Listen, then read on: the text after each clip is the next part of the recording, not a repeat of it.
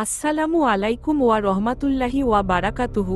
প্রিয় ভাই ও বোনেরা, রমজানের শেষ দশকের সবচেয়ে মহিমান্বিত রাত হল শবে কদর বা লাইলাতুল কদর। আজকের ভিডিওতে আমরা জানব শবে কদরের ফজিলত কি, এই রাতে কি কি আমল করা উচিত এবং কিভাবে আমরা এই রাতকে কাজে লাগাতে পারি। ভিডিওটি ভালো লাগলে লাইক, শেয়ার ও সাবস্ক্রাইব করতে ভুলবেন না। পর্ব 1, শবে কদর কি? লাইলাতুল কদর অর্থ হল মর্যাদার রাত বা মহিমান্বিত রাত। আল্লাহ তাআলা কুরআনে এই রাত সম্পর্কে পুরো একটি সূরা নাজিল করেছেন, আর সেটি হল সূরা আল কদর। এই সূরায় আল্লাহ বলেন, লাইলাতুল কদর 1000 মাসের চেয়েও উত্তম। 1000 মাস মানে প্রায় 83 বছর 4 মাস। অর্থাৎ এই এক রাতের ইবাদত পুরো জীবনের ইবাদতের চেয়েও বেশি সওয়াবের হতে পারে। সুবহানাল্লাহ।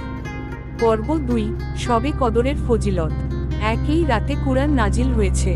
2 ফেরেশতারা জমিনে অবতরণ করেন।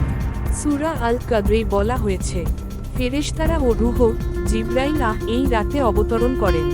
এই রাত শান্তিময় রাত। 3 মাগফিরাত, রহমত ও বরকতের রাত। হাদিসে এসেছে, 4 যে ব্যক্তি ঈমান ও সওয়াবের আশায় শবে কদরে ইবাদত করবে, তার পূর্বের গুনাহ মাফ করে দেওয়া হবে। পর্ব 3, কোন রাতে শবে কদর? শবে কদর রমজানের শেষ দশকের বিজোড় রাতগুলোর মধ্যে কোনো এক রাতে হয়। 21, 23, 25, 27 বা 29 রাতের মধ্যে।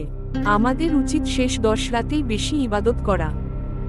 পর্ব 4, এই রাতে কি কি আমল করবেন?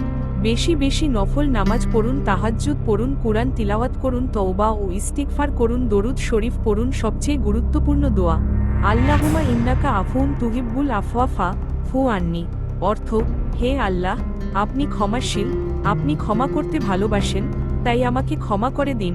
পর্ব 5, মহিলাদের জন্য বিশেষ কথা, যদি কোনো বোন হাইজ অবস্থায় থাকেন, তাহলেও হতাশ হওয়ার কিছু নেই। জিকির করতে পারেন, দোয়া করতে পারেন, দরুদ পড়তে পারেন, ইসলামিক বই পড়তে পারেন। আল্লাহ নিয়তের ভিত্তিতে সওয়াব দেন। সমাপ্তি। প্রিয় দর্শক, শবে কদর এমন একটি রাত যা আমাদের জীবন বদলে দিতে পারে। এই রাতে আমরা আন্তরিকভাবে তওবা করি, দোয়া করি এবং আল্লাহর কাছে ক্ষমা চাই। আল্লাহ যেন আমাদের সবাইকে লাইলাতুল কদরের ফজিলত অর্জন করার তৌফিক দান করেন। আমিন। ভিডিওটি ভালো লাগলে লাইক, কমেন্ট ও শেয়ার করুন। আসসালামু আলাইকুম ওয়া রাহমাতুল্লাহ।